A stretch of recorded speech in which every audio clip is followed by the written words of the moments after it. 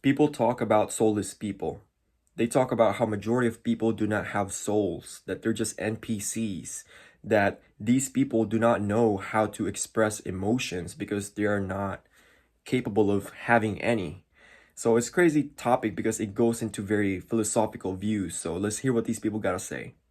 Guys, the saddest thing I've noticed about people that are promiscuous, whether it's men or women, is they have no soul. Promiscuous people genuinely have no soul. Look at promiscuous people and look at their eyes. You can look at their eyes, and you know how they say when you stare at somebody's eyes, you can stare into their soul. They have no soul. You look into their eyes, and all you see is emptiness.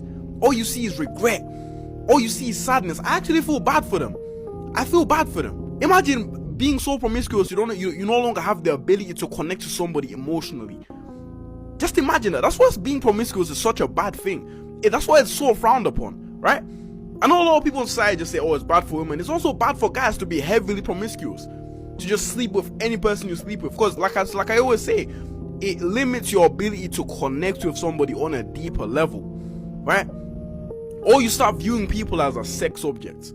You no longer view them as anything else more. It's actually genuinely sad, and bro, like, something has to change, man. Something has got to change, man. Let me know what you think about this, though. Let's talk about soulless eyes in women.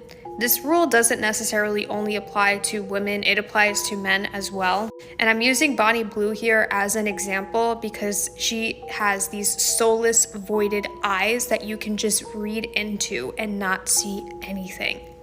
So this is a trick that I actually learned in college from a criminal investigation class I took. And this is a tactic used by law enforcement to tell if a person actually has an antisocial disorder. So when I look into Bonnie Blue's eyes, and mind you, this doesn't mean that every person that has these type of eyes has an antisocial disorder. They could also be struggling from depression, soul loss, drainage. It doesn't necessarily mean that this person is a psychopath or a sociopath. The number one telltale sign that somebody has soulless eyes is if they are laughing and their eyes stay the same. The feeling of their eyes do not change. They could be happy, they could be sad. People with antisocial disorders always try and mimic these emotions, but their eyes, that energy just stays the same. Now, the physical attributes I see mostly in people that have soulless eyes is that the bottom here, like the under eye, kind of droops down, and this side up here is kind of put up more. And usually they do have this very blatant stare of nothing. They are just watching you. There's no emotion behind it. Again, this stare just lasts there. It doesn't matter if they are happy, sad, excited, like it just is there. This is something you see very often with people that have an antisocial disorder, psychopathy, narcissism at some points, if it's a high degree of narcissism. Again, I'm making this video so you guys are aware and you have tools against predators. I'm not making this video to say anything nasty about Bonnie Blue. I actually am very empathetic of people that suffer from any type of antisocial disorder or depressive disorder. I hope this helps. Most people have no soul. Gnosis and the Cassiopean transcripts both claim that 50% of the human population lack a soul and have no potential to develop one, as they do not possess the higher centers of consciousness required for spiritual growth. In The Stellar Man, John Baines argues that much of humanity operates without a true sense of individuality, acting more like programmed mindless extensions of a collective hive mind. The Corpus Hermeticum, a key Hermetic and Gnostic work, likewise claims that not all humans possess the divine spark that sets conscious beings apart from animals. Without it, a person lives by instinct alone, lacking inner depth or true self-awareness. Renowned clairvoyant Rudolf Steiner also spoke of rare cases where, due to what he called cosmic errors, a human body may be inhabited not by a genuine human soul, but by a lesser being or demon, normally not meant for incarnation. Diane Fortune, in Psychic Self-Defense, also corroborates this, interestingly stating that these soulless births are more likely to occur when the mother conceives under the influence of. Follow me for more hidden knowledge. Not all human beings have souls. This relates with NPCs or backdrop or backfill people. Have you ever gone to the grocery store and you notice that there's a ton of people there? All those people are backfill people. They're basically just energy. Dolores said that whenever she went to the store and there was a bunch of people there, she would ask herself, why did I create so many backdrop people? She says that there are people that we go through life with that we made contracts with, and those are real people. But There are tons of beings out there that are just energy, and I can see it. Guy Needler also talks about how he can spot a backdrop person. It's a really deep concept. If this is your first time hearing this concept, you probably are like, what is he talking about? The best way I can explain it at this time is energy cannot be created nor destroyed. Everything exists here and now. Everything. Time is just a physical experience. Outside of this experience, time does not exist. So the energy has to go somewhere. Y'all know everybody on this planet doesn't have a soul, right? And then the best way you can determine somebody has a soul or not is by looking at their eyes. Just look at their eyes. That's going to determine everything you need to know. If you see some type of sparkle, if their eyes is light, know what I'm saying, then that person has a soul. However, if their eyes is pitch dark black, it means a lot of things about that person. Of course, they don't have a soul, or they may be a fucking NPC, or they may be a fucking clone. Majority of this planet doesn't have a fucking soul. Majority of these planets are NPCs, cloned up like a motherfucker. You ever looked in somebody's eyes and seen no soul in that shit? Those be them unalivers. I ain't gonna say the K word, but those be the unalivers. Trying not to contradict myself, but the science behind unaliving somebody is when you take their life, a piece of your soul goes with them. You're not really supposed to be doing that. And some people will say the circle of life, it happens. Animals unalive each other all the time. But at the end of the day, humans we got knowledge. We got the one thing that the other animals don't got. We got knowledge. We know that we're not really supposed to be doing it. So at the end of the day, within like the human anatomy and all that shit, yeah, you see them soulless eyes that you know unalivers. Soulless eyes in woman, Billie Eilish. So this is a trick I learned back in college on how to tell if somebody may possibly have a dissociative disorder, also an antisocial disorder, or some other mental health condition. So when you look into Billie Eilish's eyes, you notice that there is a very cold, just watching you stare that looks back at you. And Billie has never really changed. I've seen this in every single one of her pictures, and I am the only Lottie Lux. She is somebody that looks back at you with a void, and it's very different from Bonnie Blue. It's different from Ariana because I don't think Billie Eilish has changed. I don't think that she is depressed. I think that this is something a little bit different, and Billie has a very, very cold stare. When I read into Billie's energy, I feel like she has a lot of power. She is a very powerful woman. She has a lot of occult power as well. She has a lot of energies around her. She has extraterrestrial energies that are guiding her. There are also some interdimensional energies. I feel like Billie is somebody that can manipulate energy by just thinking of something. If she doesn't like you, bad things will happen. If she wants to create abundance, she will create abundance. She just has that power to manifest like crazy to her. She is so magnetically powerful. And I can also see that in her eyes. I know that it may be contradictory for a lot of people, like, oh, how is she so soulless and also so powerful of a manifestor? She is. That's one of the reasons why she is so powerful as a manifestor. I see a lot of ancient beings around her. I would love to do a past life reading on Billie. Maybe that'll happen another day, but she is just somebody that can make things happen swiftly, like very quickly. She has so many spirits that are working on her and working with her. Her energy is just accelerating very fast. Let me know what you guys think in the comments below. According to the Akashic records, are there truly humans that do not possess souls? Please give us a breakdown. According to the Akashic records, the vast majority of human beings do possess souls because the soul is the animating divine essence that allows a body to function with consciousness, emotion, intuition, and purpose. However, there are nuanced exceptions worth understanding spiritually and cosmically. 1. Soulless looking versus truly soulless. Not all people who appear soulless are truly without souls. Many are simply disconnected from their soul due to trauma, programming, or karmic density.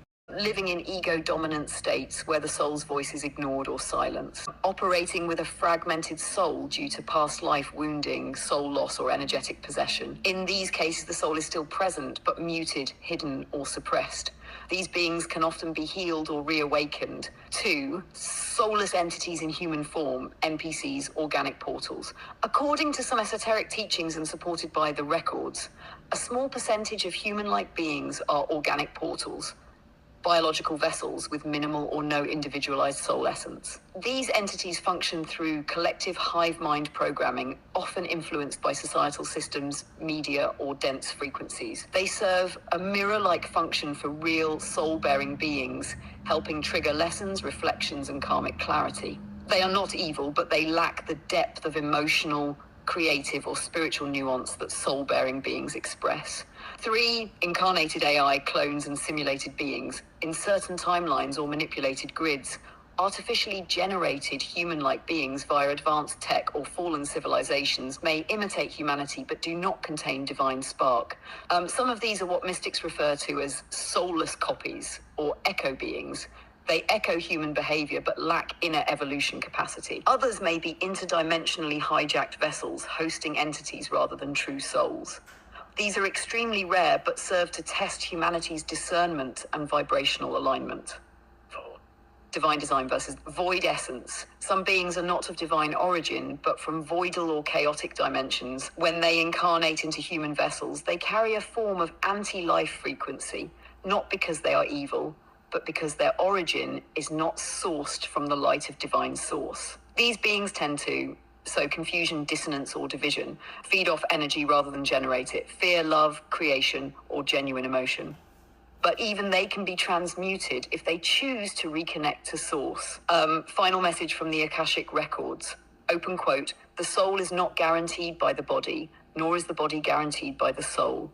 Where the two meet, life becomes divine. But where the soul withdraws, only shadow remains," close quote. So yes, there are some beings in human bodies who do not carry a soul as we understand it, but they are vastly outnumbered by those who do, and their presence serves a purpose in the soul journey of others. I really believe that the eyes are the windows to the soul. If you look at someone's eyes and they look evil, you kind of have this intuition, this feeling that this person has done something wrong. Like if you've seen mugshots of people who have done really bad things, their eyes are very demonic. Their eyes seem very creepy and just demonic. I really believe in that because when you see someone that has so much life, their eyes sparkle. You could see like the life, the shine in their eyes. You know that they have a very vibrant soul. So I really believe that the eyes are the windows to the soul. You've sat across from someone you love and felt it an absence you couldn't articulate. A quiet vacancy behind the eyes that shouldn't exist in a living human. The face moves. The mouth forms all the correct shapes. The body performs the rituals of connection. But something fundamental is missing. There is no presence, no depth, no internal witness responding to the moment. It's like interacting with a well-designed behavioral shell. And the most unsettling part is this. Your intuition noticed long before your mind dared to question it. Because deep down, you sensed a truth your culture refuses to acknowledge. What if not every human being is animated by a soul? Not metaphorically, not symbolically, literally. What if a portion of the population is operating on biological programming alone, emotional mimicry, social scripts, learned gestures without the inner spark we call consciousness? This idea isn't new. Ancient mystics warned that some beings walk, speak, and behave like us, but lack the inner flame. Modern esoteric researchers describe them as organic portals, biological mechanisms built to stabilize the illusion of humanity. They are not monsters. They are not villains. They are placeholders. And the most disturbing revelation is that they are far more common than you think. These beings are not rare, and they are not hiding in remote corners of society. They sit across from you at dinner. They share your bloodline. They raise children, lead conversations, hold jobs, and mimic empathy with frightening accuracy. But beneath the performance is a void, a structural absence of the interior world that defines conscious life. You aren't imagining the hollowness, you're finally recognizing it. In this investigation, you will learn the 9 behavioral signatures that separate a conscious soul from a simulation-level human. But more importantly, you'll learn how to protect your awareness in a world where not every pair of eyes is connected to a self. Because once you can identify the empty ones, the real challenge begins. Understanding how to walk among them without losing the very thing that makes you human. Before you can recognize a soulless being, you have to dismantle the cartoon version of the concept. This isn't about demons, possession, or Hollywood villains lurking in shadows. The reality is far more clinical, far more structural, and far more unsettling. When we talk about a human without a soul, we're not pointing at evil, we're pointing at an absence of inner life. A total lack of the silent witness that experiences, questions, reflects, and evolves. Strip away the superstition, and the idea becomes disturbingly logical. A complex biological organism can function, communicate, and even imitate emotional behavior without ever generating true consciousness.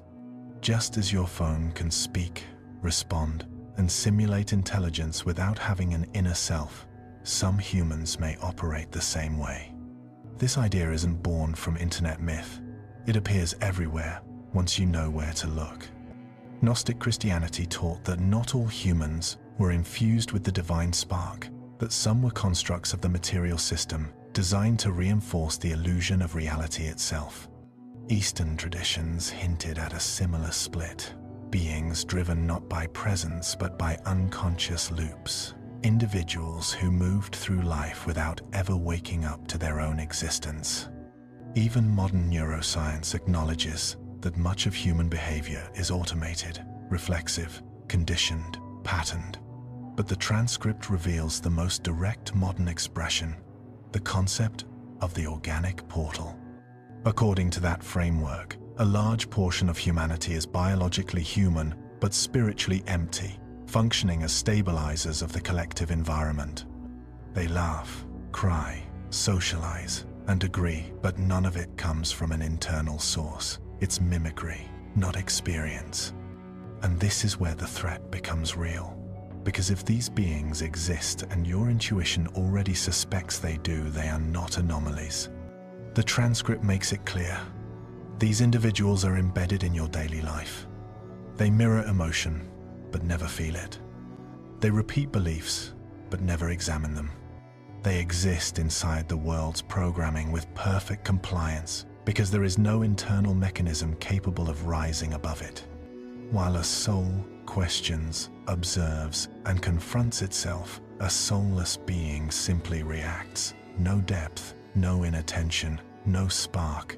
And once you grasp this, the world around you begins to look different. The faces you trusted look different. The patterns you ignored suddenly become visible.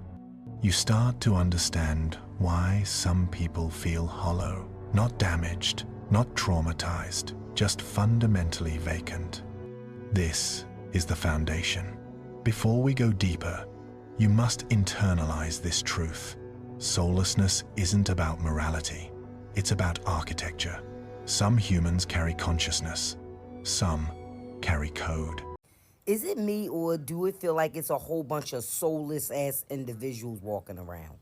Motherfuckers don't have souls. A lot of these motherfuckers ain't real. I keep telling y'all that shit. You can believe what you want. These motherfuckers ain't real. I said what the fuck I said. It is very possible for someone to not have a soul. Now, everybody's born with the soul, but you lose pieces and fragments of your soul as you go through things in your life, like trauma, near-death experience, things of that sort. Every time, it's like an emotional loss. Every time you have an emotional loss or some type of loss, you lose a piece of your soul. So a soul's journey is actually to get back fragments of their soul. When someone does not have a soul, it's because they lost all their fragments of their soul. And they're also not trying to get them back. The way to fix this is soul retrieval. Shamans or other practitioners can actually help you retrieve pieces of your soul. And this is what God means when he says he's going to make you whole again. You are whole when you have your whole soul. Women who've had sex with multiple men are actually soulless. Each guy she slept with took a part of her soul. And that's why when you look at her, her eyes don't sparkle. They're empty eyes, like a robot, like a Stepford wife. And dating such women will only tax your soul and make you question everything. And then there's the white knights and Captain Save a 304, who delusionally thinks that he can bring that sparkle back as she's starting a new chapter. Ain't happening, bro. Ain't happening. Some people have no soul, and they don't understand happiness because they never seen it. So when they see you getting all the praise, all the attention, they want it. They want to know what it feels like to be happy. But at the same time, they hang around people and drain them, and they have nothing to give back because they come to you with nothing. They can be your friends, your family, your co-worker, your man, or your woman. The more they hang around you, they get the benefits of you. All of the time, the energy, the gifts. When somebody always calling you, want to talk to you 24/7, they always at your house, don't want to go home, and they sit around you all day until you have to tell them that you busy right now. Hey, look, man, I got somewhere to go. Hey, girl, I got something to do. Because every little thing you got to share it with them. Because you don't want to make them feel left out. But the whole time, you taking a lot from yourself. And when you get away from them, they mad because they can't take nothing else. So I believe that we all have souls. It's just that majority of us are not operating from a high vibrational frequency, which deplete our souls, which not allow our souls to thrive, because most of us are living in a very low vibrational frequency. In this world, they want us to be operating from low vibrational energy, from a source of fear and control and power, which our souls are not supposed to be living in. If we want our souls to be thriving, we need to be vibrating at a higher frequency, which is joy and love. And that's why some people feel empty, they feel lost souls, because they don't have that energy, that life within them, that spark of love and joy. They're not able to operate at that frequency yet. So that's why their souls are lacking. They're lacking life, and they're operating from a very low frequency, which is fear, power, and control. Did you know that there's humans out there that actually don't have a soul? They can literally go their whole life and die without a soul. And they can literally give birth to a baby that doesn't have a soul. We also have something which is called non-soul human. So basically what happens is that every consciousness unit, which means observer or whatever person, whatever you want to call it, goes through certain stages. And once an animal or a human or whatever comes to a point of self-awareness, in that very moment, a soul is being created. So basically once someone reaches the stage of I-awareness, I am this, I am that, a soul container gets created and stores all the energy and all the experiences that someone makes in their lifetime. So there are people out here that are just essentially empty vessels. And since these bodies are empty vessels, other consciousnesses can transfer themselves into these bodies. It sounds a lot like quantum jumping. Tim, on this episode of Gaia, explains that it's kind of like they react the way that you behave. So they don't really have their own personality. You can essentially mold them the way that you want. You can tell them to do something and they will do it. They will mimic any energy that you put into their field. He calls them controlled life forms. They are real life NPCs. I'm sorry, but my mind is just like, I don't know why it's so surprising to me, because it's really not. It's really not. Think of levels of consciousness when it comes to animals, plants, and all of that. My consciousness probably started off as a plant. Who the fuck knows? And then it leveled up to where I am now. What blows my mind is that souls can be created on Earth, and that babies can be born without souls. Everyone knows the saying, you have no soul, okay? But shit, I didn't know it's very fucking possible. Never trust someone with eyes like this. Now you see these pictures here, these are all of famous serial killers, but have you noticed how nearly all serial killers, 9 out of 10 of them, have all got very evil, cold eyes? Not necessarily dark, but just cold, like soulless.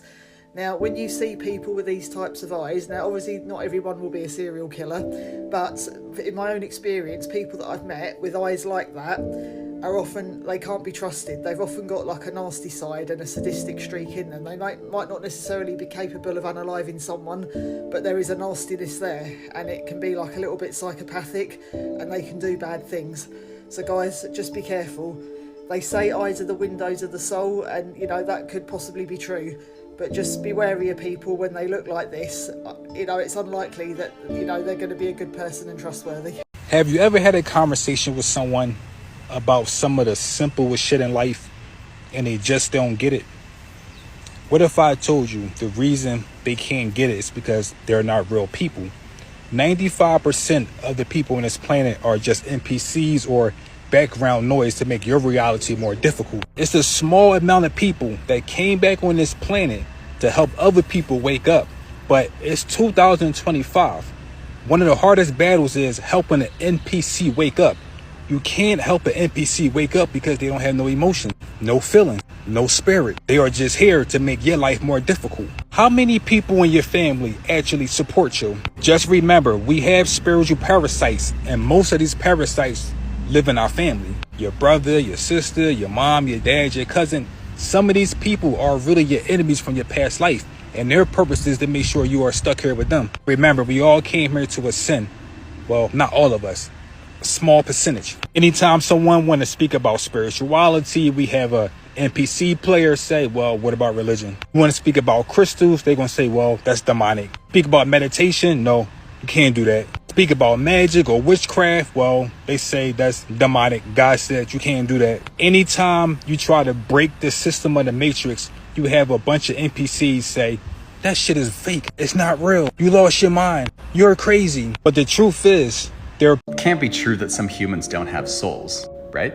Right? Well, all right, guys, we're going out there into uncharted, strange territory. Dolores Cannon, everyone's favorite hypnotherapist grandma, discovered something really weird during some of her sessions. She used a process called QHHT, which is a form of hypnosis. She'd bring people into these trance-like states. They would describe many things: past lives, life in between lives, life on other planets. But one concept I found to be kind of eerie, and this is the concept of backdrop people. These are people Dolores Cannon would describe as individuals who appear to be human but do not possess the same spiritual essence or soul as other humans. According to Dolores, these individuals are a part of a background or set of our reality, designed to fill roles and facilitate experiences without participating in the same spiritual journey or evolution as souled humans. She theorized that these entities were manifested by a collective or universal consciousness to play certain roles or perform certain functions, facilitating experiences for souled humans. Essentially, they are a part of the stage upon which our lives play out. So these beings would essentially be like extras in a movie. They're there, but they're only there to make sure everything plays out well for the characters that are in the movie. What do you guys think of these backdrop people? Post in the comments. And tap that follow button to stay on Soul Talk. And if you're interested in learning more about past lives and souls, I've got an event coming up, a past life regression live event, and also a past life regression audio library in my bio. So do you think that Did you know that it's people walking around here with no inner voice? Do you know that it's people that's walking around here with no soul? Do you know that it's people that's walking around that are nothing more than fillers for your reality? All they do is take up space. But the one thing about these individuals that you have to be careful about, see, these individuals are open portals for the matrix. Now, if they recognize your soul or recognize who you are, an entity may affect that very person to do something to interfere in your path, or either say something to detour you from your path. It's kind of like the trolls on Instagram with no pictures, but they say the most craziest things just to get a reaction out of you. soulless beings, and as they say now, NPCs. So yeah, I truly believe that God, Jesus, is the only way lost souls, NPCs, could be brought back to life, to have that purpose within them, have that spark of love and joy be released from within. Because people who are lost, soulless, it's because they don't have that fire within them. They don't have that spark. And people who are soulless have died from within, and they need that spark of light, that ignition, to have that purpose. And when you have purpose, you are not just following what the Matrix is telling you to do. You are going your own path. You are seeking for something, a greater purpose. And that's what's going to spark something from a lot of us, because people are lost and we need God.